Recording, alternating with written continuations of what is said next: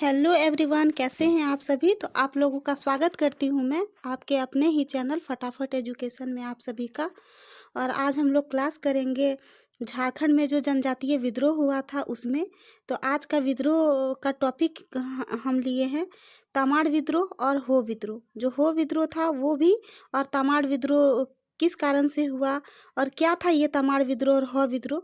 तो इसी के बारे में हम लोग आज बात करेंगे, जो एग्ज़ाम ऑफ व्यू से बहुत ज़्यादा इम्पोर्टेंट होता है। और इस टॉपिक से जेपीएससी, जेएसएससी, सीजीएल या जेएसएससी पुलिस कांस्टेबल का जो भी एग्ज़ाम होता है झारखंड से रिलेटेड, तो इससे बहुत ज़्यादा ही क्वेश्चंस आते हैं। तो चलिए हम लोग शुरू करते हैं आज का क्लास। और प्लीज़ इस चैनल को बहुत ज़्यादा सपोर्ट का ज़रूरत है, तो आप लोग प्लीज़ प्लीज़ प्लीज़ आप सभी लोग पूरी तरह से अपना सपोर्ट दीजिए और लाइक सब्सक्राइब शेयर कर दीजिए। ठीक, तो चलिए मोटिवेशन कोड पे उसके बाद हम लोग क्लास को शुरू करेंगे। तो मोटिवेशन कोड आप लोग के लिए ये है कि हर इंसान में कोई ना कोई प्रतिभा जरूर होती है, लेकिन लोग अक्सर इसे दूसरे जैसा बनने में नष्ट कर देते हैं। तो आप लोग अपने अंतरात्मा से पूछिए कि आप लोग बनना क्या चाहते हैं, और जो आप लोग बनना चाहते हैं वही सपने के पीछे, उसी सपने के पीछे आप लोग भागिए, ताकि आप लोग प्लीज़ सफलता ले लीजिए, आप लोग सफलता प्राप्त कर लीजिए और सफल हो जाइएगा। तो आपको दुनिया में ऐसा कोई भी चीज़ नहीं है कि कुछ भी करने के लिए आपको सोचना पड़े, आपको वो सभी कुछ मिल जाएगा जो सपना साकार होता है। जिसका सपना साकार जो कर सकते हैं जो व्यक्ति, वो दुनिया में ऐसा कोई भी चीज़ नहीं है जो पॉसिबल ना हो। सब कुछ पॉसिबल है अगर इंसान चाह ले तो। इसीलिए आप लोग प्लीज़ सपने के पीछे भागिए और बहुत ज़्यादा मेहनत कीजिए और अपने अपने को सफल बनाइए, सफल व्यक्ति में आप भी, ताकि गिने जाए। ठीक, तो चलिए शुरू करते हैं। आज का सेशन है तमाड़ विद्रोह और हो विद्रोह, जो झारखंड गवर्नमेंट जॉब से रिलेटेड है। तो चलिए शुरू करते हैं।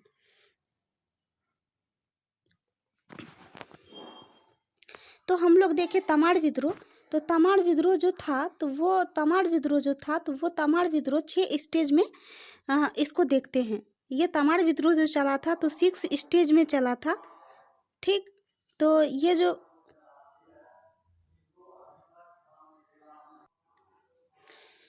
गाइस, मैं आपको ये बताना चाहती हूँ कि थोड़ा यहाँ पे आवाज़ का इशू है, थोड़ा अगल बगल में भी आवाज़ आती जाती रहती है, तो इसीलिए आप लोग प्लीज़ मैनेज कर लीजिएगा।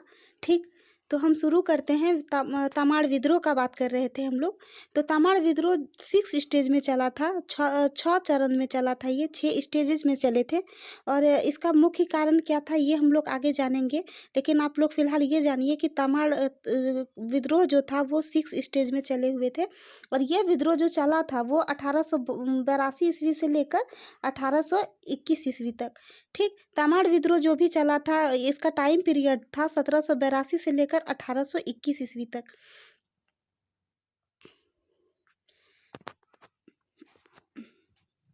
और इस विद्रोह का जो प्रारंभ हुआ था वो मुंडा आदिवासियों ने अंग्रेजों द्वारा बाहरी लोगों को प्राथमिकता देने तथा नागवंशी शासकों के शोषण के विरुद्ध तमाड़ क्षेत्र में किया था। ठीक, तो ये जो तमाड़ जो विद्रोह था जो 1782 ईस्वी से लेकर 1821 ईस्वी तक चला था, तो यह विद्रोह का जो सबसे पहले जो प्रारंभ हुआ था ये मुंडा आदिवासियों के द्वारा हुआ था। और ये इसलिए किए थे क्योंकि अंग्रेज के द्वारा जो बाहरी लोगों को जो बसाया जा रहा था तमाड़ क्षेत्र में, और नागवंशी जो शासक थे उसके शोषण के विरुद्ध ये तमाड़ क्षेत्र में किया गया था, और इसीलिए इसका नाम तमाड़ विद्रोह पड़ा था। ठीक, और यह अंग्रेजों के विरुद्ध सबसे लंबा, वृहत्तम और सबसे खूनी आदिवासी विद्रोह था। यह आदिवासी, जैसे मैंने बताया कि यह विद्रोह प्रारंभ में मुंडा आदिवासियों के द्वारा किया था। क्यों किया था? क्योंकि अंग्रेजों के द्वारा बाहरी लोगों को प्राथमिकता बाहरी लोगों को दे रहे थे, बसा रहे थे इस क्षेत्र में, और नागवंशी शासक के शोषण के विरुद्ध भी यह तमाड़ विद्रोह चला था। और यह जो विद्रोह हो रहा था ये तमाड़ क्षेत्र में हो रहा था, इसीलिए इसका नाम तमाड़ विद्रोह रखा गया। और यह जो विद्रोह था इसके विरुद्ध सबसे लंबा हुआ था और सबसे वृहत्तम और सबसे खूनी आदिवासी विद्रोह था, क्योंकि ये मुंडा आदिवासियों के द्वारा ये विद्रोह चल रहा था, और इसीलिए इसको सबसे खूनी आदिवासी विद्रोह भी कहा जाता है। और ये सबसे लंबा चलने वाला तमाड़ विद्रोह था। ये सबसे बड़ा विद्रोह था। और यह विद्रोह 6 चरणों में संचालित हुआ। जैसे कि मैंने आप लोगों को बताया कि यह विद्रोह 6 स्टेजेस में चले। तो हम लोग अब देखते हैं पहला स्टेज। तो पहला स्टेज जो है वो 1782 से लेकर 1783 ईस्वी तक चला था। मतलब ये फिलहाल फर्स्ट स्टेज जो चला था वो 1 वर्ष, मतलब 1 ईयर्स में से चला था। ठीक। और सन 1782 ईस्वी में रामगढ़ पंचेत वीरभूम के लोग भी तमाड़ में संगठित होने लगे थे। 1782 ईस्वी में जब फर्स्ट स्टेज चला था तो इस स्टेज में रामगढ़ पंचेत और वीरभूम के लोग भी तमाड़ विद्रोह के तमाड़ के संगठित होने लगे, मतलब एकत्र होने लगे, इकट्ठा होने लगे। पंचेत पंचेत जो था उसके क्षेत्र के लोग, रामगढ़ क्षेत्र के लोग और वीरभूम क्षेत्र के लोग, और कहाँ हुए, तमाड़ में इकट्ठा होने लगे 1782 ईस्वी में। और इस विद्रोह को मजबूती प्रदान की गई। और जब मतलब अधिकतर लोग कुछ राज्य के लोग मिल जाएंगे तो इकट्ठा होके अगर लड़ने लगे, एकता में ही बल है ऐसे हम लोग सुने हुए थे बचपन से, तो अगर ऐसा लड़ने लगे तो ये तो मजबूती प्रदान करेगा ही। तो इसका नेतृत्व किसने किया था? ठाकुर भोला सिंह ने किया था। ये जो विद्रोह चल रहा था फर्स्ट स्टेज 1782 से 83 ईस्वी का विद्रोह, तमाड़ विद्रोह का जो फर्स्ट स्टेज चल रहा था, तो इसका नेतृत्व जो कर रहे थे वो ठाकुर भोलानाथ सिंह जी कर रहे थे। ठीक। और नागवंशी शासकों द्वारा इस विद्रोह को दबाने का प्रयास किया गया था। और यह जो विद्रोह चल रहा था तो नागवंशी शासक था, क्योंकि नागवंशी शासक बहुत ज़्यादा शोषण कर रहे थे मुंडा आदिवासियों को, तो इसी के विरुद्ध भी हुआ था। और अंग्रेजों के द्वारा जो बाहरी लोगों को बसाया जा रहा था इस क्षेत्र में, तो इसके भी विरुद्ध किया जा रहा था। तो इससे नागवंशी शासक के विरुद्ध जब करेगा तो वो तो ऑब्वियस सी बात है कि वो इस विद्रोह को दबाना ही चाहेगा। तो वो दबाने का कोशिश कर रहे थे, जिसकी प्रतिक्रिया स्वरूप विद्रोहियों ने सबसे आक्रामक रुख अख्तियार कर लिया था। और इसके प्रक्रिया को देखते हुए विद्रोहियों ने सबसे आक्रामक रुख, मतलब बहुत ज़्यादा विद्रोही जब लड़ रहे थे मुंडा आदिवासी, तो ये सब भी उग्र हो गए और लड़ाई शुरू हो गया। ठीक। और इस विद्रोह में कुछ जमींदारों का भी समर्थन मिलना प्रारंभ हो गया। और ये जो विद्रोह चला था इसमें बहुत सारे जमींदार का समर्थन मिला और सब कोई मिल के ये विद्रोह लड़ा था। तो सन 1783 ईस्वी जब आता है, मतलब एक साल जब बीतता है, तो 1782 से 83 था, जब 83 ईस्वी आता है, मतलब 1783 ईस्वी में, तो इसके अंत में अंग्रेज अधिकारी जो थे जेम्स क्राफर्ड, ठीक, जेम्स क्राफर्ड, ये एक अंग्रेज अधिकारी हुआ करते थे। और इसके द्वारा विद्रोहियों को आत्मसमर्थन के लिए विवश करने लगा। ठीक। मतलब इसके द्वारा जो अंग्रेज अधिकारी थे तो 1783 ईस्वी में विद्रोहियों को आत्मसमर्थन के लिए विवश किया जाने लगा। और इस विद्रोह जब विवश करने लगा तो यह विद्रोह अगले 5 वर्षों के लिए शांत हो गया। और जब जब जैसे आपका सत्ता चलेगा तो आप जो बोलेंगे तो लोगों को तो मानना पड़ेगा, आम जनता को तो मानना पड़ेगा। तो इसमें क्या होगा कि जेम्स क्राफ्ट जो अंग्रेजी अधिकारी थे, तो उन्होंने क्या किया, वो जो फर्स्ट स्टेज चल रहे थे तमाड़ विद्रोह का, तो इसमें 5 साल के लिए ये विवश करके दबा दिया। तो 5 साल के लिए ये विद्रोह तो शांत हो गया था। ठीक। उसके बाद क्या हुआ कि द्वितीय चरण आया। जब सेकेंड स्टेज आता है तमाड़ विद्रोह का, तो ये 1789 में होता है। ठीक। यानी यहाँ से ये पूछा जा सकता है कि तमाड़ विद्रोह का द्वितीय यानी सेकंड स्टेज कब प्रारंभ हुआ था? तो 1789 ईस्वी में हुआ था। ठीक। 1789 ईस्वी तक हुआ था ये। तो सेकंड स्टेज शुरू हो गया। अब क्या किया कि 5 वर्ष के बाद तो शांत हो गया 5 वर्ष के लिए। उसके बाद 1789 में मुंडाओं ने विष्णु मानकी और मोजी मानकी, ठीक, विष्णु मानकी और मोजी मानकी के नेतृत्व में कर देने से इनकार कर दिया। तो 5 वर्षों के बाद विष्णु मुंडा जो लोग थे वहाँ विष्णु मानकी और मोजी मानकी को कर के रूप में दिया जाता था, तो वो अब टैक्सेस देना वो सब इनकार कर देते हैं। जिसके बाद विद्रोह फिर पुनः प्रारंभ हो गया। और टैक्स देना जब बंद कर दिया तो फिर से विद्रोह प्रारंभ हो गया। और यह विद्रोह को दबाने के लिए कैप्टन होगन को भेजा गया, जो असफल रहा। यह विद्रोह को दबाने के लिए किसको भेजा गया? अंग्रेज अधिकारी था कैप्टन होगन, उसको भेजा गया, जो कि ये विद्रोह को शांत करने में ये असफल रह जाते हैं।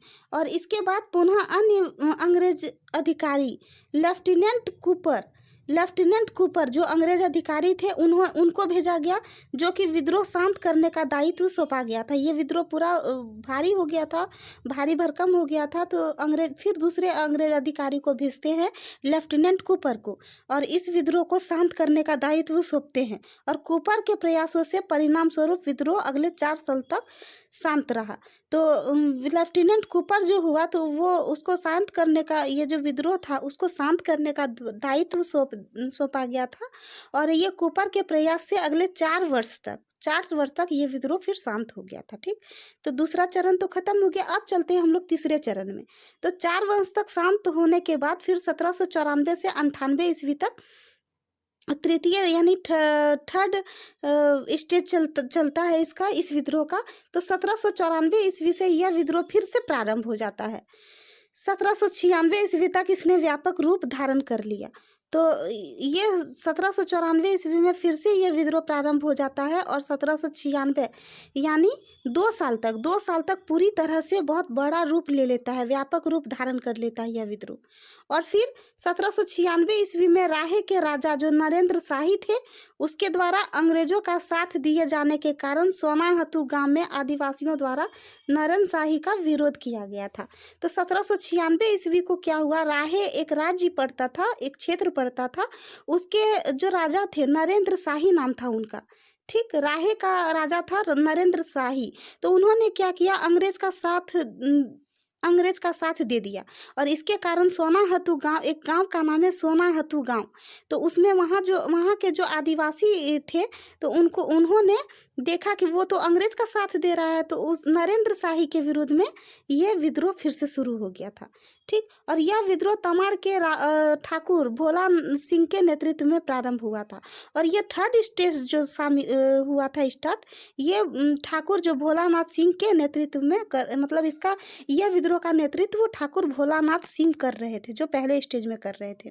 ठीक, इसके अतिरिक्त सिल्ली के ठाकुर विश्वनाथ सिंह, इसके अलावा सिल्ली के ठाकुर थे विश्वनाथ सिंह, विशुनपुर के ठाकुर थे हीरानाथ सिंह, और बुंडो के ठाकुर थे शिवनाथ सिंह, एवं आदिवासी नेता रामशाही मुंडा ने भी इस विद्रोह में प्रमुखता से भाग लिया था। तो यह विद्रोह ठाकुर भोलानाथ सिंह के नेतृत्व में आया। कौन सा विद्रोह था ये?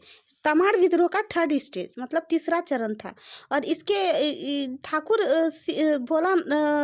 भोलानाथ सिंह के नेतृत्व में ये विद्रोह हुआ था।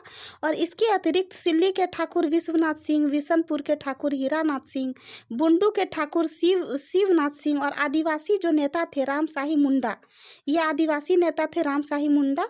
तो ये सभी ने इस विद्रोह में बहुत ज़्यादा महत्व निभाया था, बढ़ चढ़कर हिस्सा लिया था। और विद्रोहियों द्वारा रिश्तेदारों की हत्या किए जाने के बाद राहे के राजा नरेंद्र शाही फरार हो गए थे। और उसके बाद जब विद्रोह होने लगा, तो इसके बाद क्या हुआ कि नरेंद्र शाही के जो रिश्तेदार थे उसकी हत्या कर देते हैं ये विद्रोह में। ठीक, तमाड़ लोग के विद्रोह में, तमाड़ जनजाति के विद्रोह में ये नरेंद्र शाही जो राहे के राजा हुआ करते थे, जो अंग्रेजों से हाथ मिला लिए थे, तो उसके रिश्तेदार की हत्या हो जाती है, और फिर राहे के राजा नरेंद्र शाही फरार हो जाते हैं। ठीक, और 1758 ईस्वी में कैप्टन लिमंड द्वारा कई विद्रोहियों तथा कैप्टन ब्रेन द्वारा भोलानाथ सिंह को गिरफ्तार कर लिया, जिसके परिणाम स्वरूप तमाड़ विद्रोह कमजोर पड़ गया। तो 1798 ईस्वी में 1798 ईस्वी में, मतलब 1798 में ईस्वी में कैप्टन लिमंड एक अंग्रेज अधिकारी थे, उसी के द्वारा कई विद्रोहियों को कैप्टन बेन द्वारा, मतलब कैप्टन लिमंड द्वारा और कैप्टन बेंड द्वारा, दोनों के द्वारा, जो अंग्रेज अधिकारी हुआ करते थे, उन्होंने जो ये नेतृत्व करता थे थर्ड स्टेट के, जो भोलानाथ सिंह, उनको गिरफ्तार कर लेते हैं। जिसके कारण जो नेतृत्व करता है अगर गिरफ्तार हो जाएंगे तो जाहिर सी बात है कि वो विद्रोह तो कमज़ोर पड़ ही जाएगा। तो इसीलिए ये कमज़ोर पड़ गया था। अब आता है फोर्थ स्टेज जो आता है वो 1807 ईस्वी से लेकर 8 ईस्वी तक, मतलब ये भी 1 ईयर तक चला था। और 1807 ईस्वी में दुखन मानकी के नेतृत्व में मुंडा जनजाति के लोगों ने पुनः विद्रोह प्रारंभ कर दिया। और फिर 1807 ईस्वी आता है जब, तो दुखन मानकी के नेतृत्व में मुंडा जनजाति के लोगों ने ये विद्रोह फिर पुनः स्थापित कर देते हैं। और 1808 ईस्वी में कैप्टन रफसीज के नेतृत्व में दुखन मानकी को गिरफ्तार किए जाने के बाद यह विद्रोह शांत पड़ गया। और फिर क्या होता है, 1808 ईस्वी मतलब 1 साल तक ये दुखन मानकी के नेतृत्व में मुंडा जनजाति के लोग विद्रोह कर लेते हैं 1807 ईस्वी में। और 1808 ईस्वी आते आते कैप्टन रफसीज और दुखन मानकी कैप्टन रफसीज जो कि अंग्रेज अधिकारी थे, उसके नेतृत्व में दुखन मानकी को गिरफ्तार कर लिया गया और यह विद्रोह फिर से शांत हो जाता है। आते हैं 5 स्टेजेस में, जो 1810 से 12 ईस्वी तक, मतलब ये विद्रोह जो था ये 2 ईयर चला। तो ये विद्रोह जो 2 ईयर चला था 1810 ईस्वी से प्रारंभ होकर नवागढ़ क्षेत्र के जागीरदार बख्तर शाह के नेतृत्व में यह विद्रोह फिर पुनः स्टार्ट हो जाता है। 1810 ईस्वी में नवागढ़ के क्षेत्र के जागीरदार बख्तर शाह हैं और इसके नेतृत्व में यह विद्रोह पुनः प्रारंभ हो जाता है। और इस विद्रोह के दमन हेतु अंग्रेजी सरकार लेफ्टिनेंट एच ओडोनेल, एक अंग्रेजी सरकार थे जो लेफ्टिनेंट एच ओडोनेल, उनको भेजे जाते हैं। वो आते हैं और 1712 ईस्वी में नवागढ़ पर हमला कर देते हैं। कौन हमला करते हैं? Lieutenant H O'Donnell. और बख्तर शाह इस हमले से बचकर सरगुजा भाग जाते हैं और इसके बाद यह विद्रोह मंद पड़ जाता है, मतलब धीरे धीरे पड़ जाता है, मतलब कमज़ोर पड़ जाएगा। तो फिर 5वां स्टेज भी खत्म हो गया। ठीक, तो तमाड़ विद्रोह का पांचवा स्टेज भी देखें कि 1810 ईस्वी से प्रारंभ होकर 12 ईस्वी तक चलता है। और यह नवागढ़ के क्षेत्र में जागीरदार बख्तर शाह थे, उसके नेतृत्व में ये विद्रोह होता है। और इसी को ख़त्म करने के लिए एक अंग्रेजी सरकार आते हैं, लेफ्टिनेंट एच ओडोनेल। ठीक, और उसके बाद लेफ्टिनेंट एच ओडोनेल के आने के बाद नवागढ़ पर वो हमला कर देता है अंग्रेजी सरकार। और इसके बाद क्या होता है कि बख्तर शाह जो इसके नेतृत्व करता थे, 5वें स्टेट के जो नेतृत्व कर रहे थे, वो बच के भाग कर चल जाते हैं सरगुजा। और उसके बाद यह विद्रोह धीरे धीरे कम हो जाता है। तो छठा स्टेज में आते हैं 1819 ईस्वी से 21 ईस्वी तक, मतलब ये भी 2 ईयर, ये विद्रोह भी 2 ईयर्स चले। ठीक, तो 1819 ईस्वी में यह विद्रोह फिर से प्रारंभ हो गया, जिसके प्रमुख नेता रुदन मुंडा तथा कुंटा मुंडा थे। 1819 ईस्वी फिर से ये प्रारंभ हुआ था ये विद्रोह। और इसके अब इस बार के नेता थे, यानी 6 स्टेजेस के नेता थे, रुदन मुंडा और कुंटा मुंडा। इसके अतिरिक्त इसमें दौलत राय मुंडा, मंगल राय मुंडा, गाजी राय मुंडा, मुचीराय मुंडा, भद्रा मुंडा, झुलकारी मुंडा, टेपा मानकी, शंकर मानकी, चंदन सिंह, घुनसा सरदार आदि ने भी भाग लिया था। तो इतना आपको याद नहीं रखना है, बस इतना याद रखना है कि ये इसका जो छठा स्टेज का जो विद्रोह हुआ था, उसके नेतृत्व करता थे रुदन मुंडा और कुंटा मुंडा। और इसमें बहुत ज़्यादा मात्रा में घुनसा सरदार, कुछ याद रख लीजिएगा नाम, जैसे मंगल राय मुंडा, दौलत राय मुंडा, ये सब शामिल हुए थे। ठीक, और उसके बाद तमाड़ के राजा गोविंद शाही द्वारा सहायता मांगे जाने पर अंग्रेजी अधिकारी ई रफसेज ने एजे कोलविन के साथ मिलकर विद्रोह को दबाने का प्रयास किया। उसके बाद तमाड़ के जो राजा थे गोविंद शाही, उसके द्वारा सहायता मांगे जाने पर सहायता मांगा गया, मतलब तमाड़ के जो राजा थे उस वक्त 6 स्टेजेस के, गोविंद शाही, उसके द्वारा अंग्रेजी अधिकारी से सहायता मांगा गया। और जो ई रफसेस थे और एलजे कोलविन, ये अंग्रेजी अधिकारी थे दोनों। ई रफसेस और एजे कोलविन के साथ मिलकर विद्रोह को दबाने का प्रयास किया जाने लगा। और इस अभियान के फलस्वरूप रुदन मुंडा और कुंटा मुंडा को छोड़कर सभी प्रमुख विद्रोही नेता गिरफ्तार हो गए थे। और फिर ये विद्रोह को तो दबाने लगा, क्योंकि तमाड़ के जो राजा थे गोविंद शाही, उसके द्वारा सहायता मांगे गए अंग्रेज अधिकारी से। और वहाँ से ई रफसेस और एजे कोलविन जो अंग्रेज अधिकारी थे, वो सब के साथ मिलके ये विद्रोह को दबाने लग गए। और इस अभियान के फलस्वरूप रुदन मुंडा और कुंटा मुंडा जो थे, जो 6 स्टेज के नेतृत्व करता, वो दोनों को छोड़कर इसके प्रमुख विद्रोही नेता गिरफ्तार हो गए थे। ठीक, तो यहाँ देख लेते हैं थोड़ा सा कि तमाड़ विद्रोह के विभिन्न चरणों का संक्षिप्त विवरण। जो फर्स्ट स्टेज चला था वो 1782 से 83 ईस्वी तक था और इसके प्रमुख नेता थे ठाकुर भोलानाथ सिंह और मुंडा समूह। ठीक, और दमनकर्ता कौन थे? मेजर जेम्स क्राफ्ट हम लोगों ने देखा। दूसरे स्टेज में 1789 को हुआ। विष्णु मानकी और मोजी मानकी उसके प्रमुख नेता थे और दमनकर्ता कौन आए थे? अंग्रेज अधिकारी लेफ्टिनेंट कूपर। तीसरे स्टेजेस में 1794 से लेकर 1798 तक ठाकुर भोलानाथ सिंह नेतृत्व करता थे और दमनकर्ता कौन थे? इसको दबाया किसने? इस विद्रोह को खत्म किसने किया? तो कैप्टन लिमंड और बेन ने। फोर स्टेज जब आया तो 1807 से लेकर 1808 ईस्वी तक चला। इसके जो प्रमुख नेता थे दुखन मानकी थे और ये जो इसके जो दमन करता थे कैप्टन रफसीज के द्वारा किया गया था।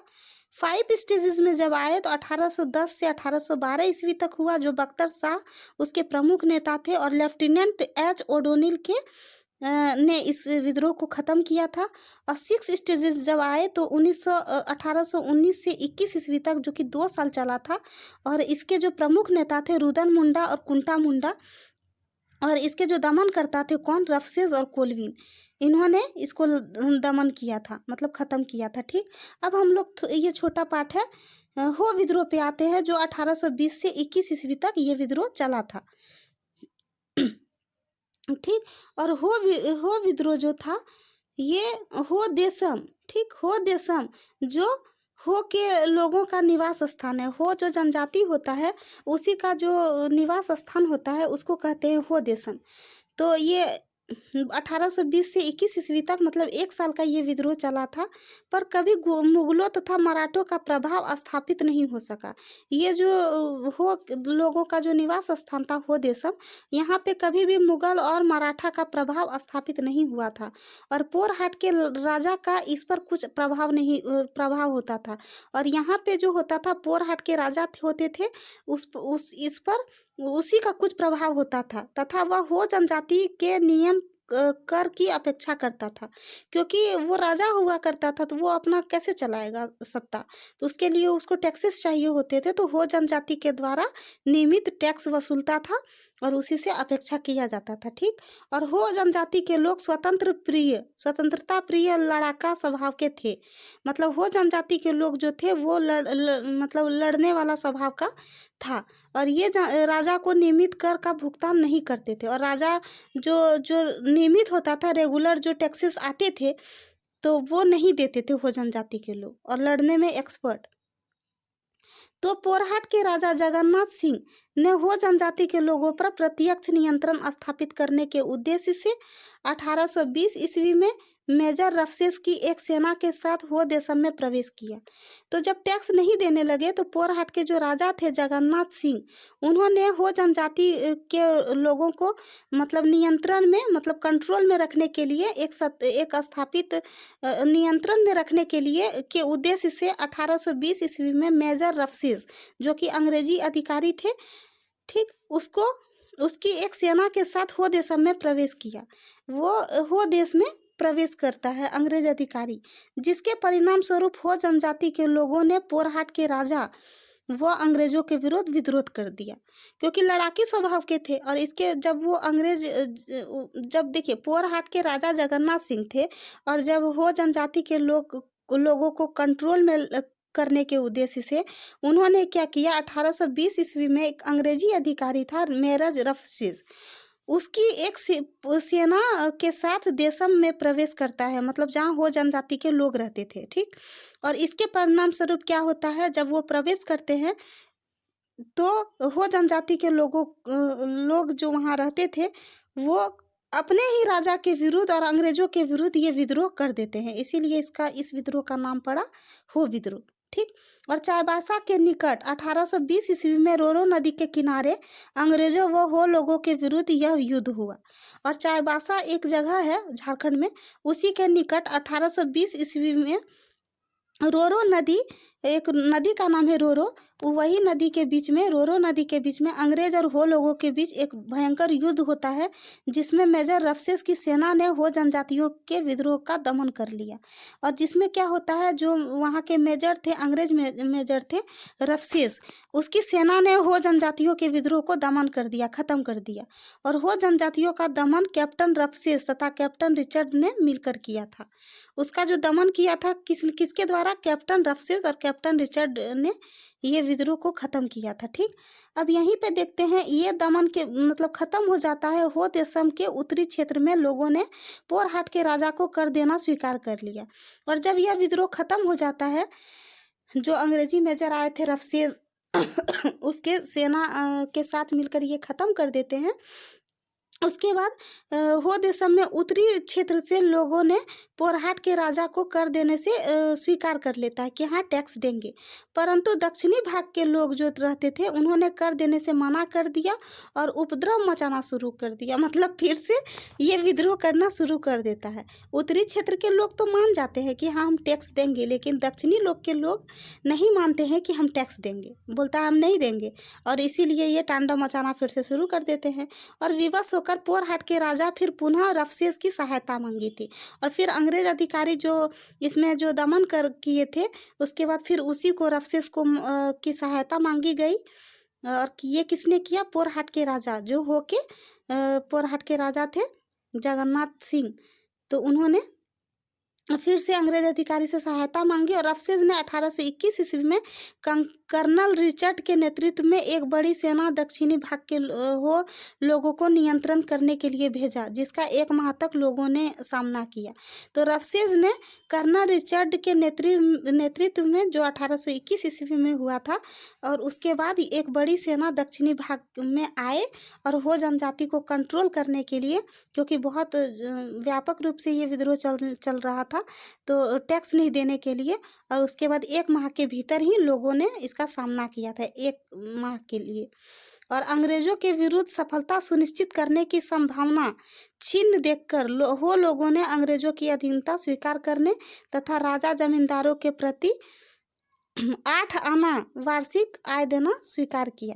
तो अंग्रेजों के विरुद्ध जो सफलता था वो सुनिश्चित होने की संभावना को छीन में देखते हुए हो जनजाति के लोग ने अंग्रेजों को अधीनता मतलब अंग्रेज अधिकारी जो थे रिचर्ड, उसके नेतृत्व में हो रहा था ये सब, और उसका स्वीकार कर लेता है और राजा और जमींदारों के प्रति 8 आना वार्षिक कर देना स्वीकार करता है। तो उस टाइम में 8 आना काफ़ी था। ठीक, और उसके बाद में फिर पुनः हो लोगों ने अंग्रेजों के खिलाफ मोर्चा निकाला था। बाद में ये फिर सब कर उर ठीक हो गया, दक्षिणी लोग भी देने लगे। उसके बाद में फिर पुनः अंग्रेजों के खिलाफ मोर्चा खोला गया, जो कि 1831 ईस्वी से लेकर 32 ईस्वी के कोल विद्रोह ने भी बढ़ चढ़कर हिस्सा लिया था। और 1831 ईस्वी मतलब 1831 से लेकर 32 ईस्वी तक कोल विद्रोह हुआ था, और उसमें ये हो जनजाति के लोग भी शामिल हुए थे। ठीक, तो यहीं तक का था आज का क्लास, यहीं तक था आज का क्लास, और बस यहीं ख़त्म करते हैं। आप लोग प्लीज़ इस चैनल को सपोर्ट कीजिए। ये जेपीएससी और जेएसएससी सीजीएल या ऑल गवर्नमेंट एग्ज़ाम के लिए ये सेशन बहुत ज़्यादा महत्वपूर्ण है, इसीलिए आप लोग प्लीज़ प्लीज़ प्लीज़ इस चैनल को सपोर्ट कीजिए, लाइक सब्सक्राइब शेयर कीजिए अपने मित्रों, अपने परिचितों, अपना जो भी जिसको भी आप जानते हैं संबंधी, जो भी रिलेटिव है, उसके साथ ये वीडियो शेयर कीजिए। मिलते हैं अगले सेशन में। धन्यवाद।